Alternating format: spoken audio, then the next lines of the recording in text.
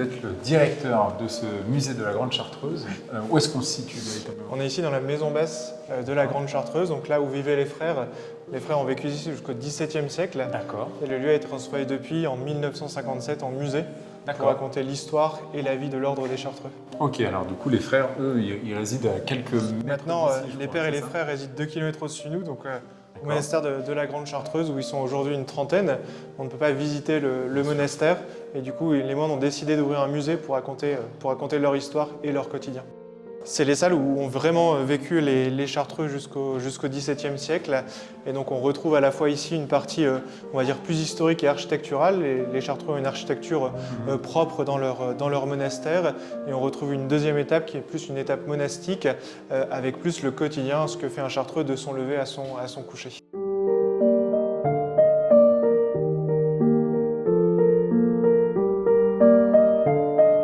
Quand est-ce qu'on peut venir visiter ce musée? C'est ouvert toute l'année? Le musée est ouvert d'avril jusqu'au début novembre, D'accord. de 14h à 18h, Ok. sauf le jeudi. Et pendant les vacances d'été, on est ouvert là tous les jours, le matin et l'après-midi. Ok, alors j'imagine qu'il y a pas mal de scolaires, il y a un peu tous les publics Oui. qui viennent ici. Il y a pas mal de scolaires, on a aussi pas mal de randonneurs, parce que Ouais. le massif est propre C'est vrai. à la randonnée. Donc on a aussi des personnes qui viennent pour visiter le musée en fin de randonnée.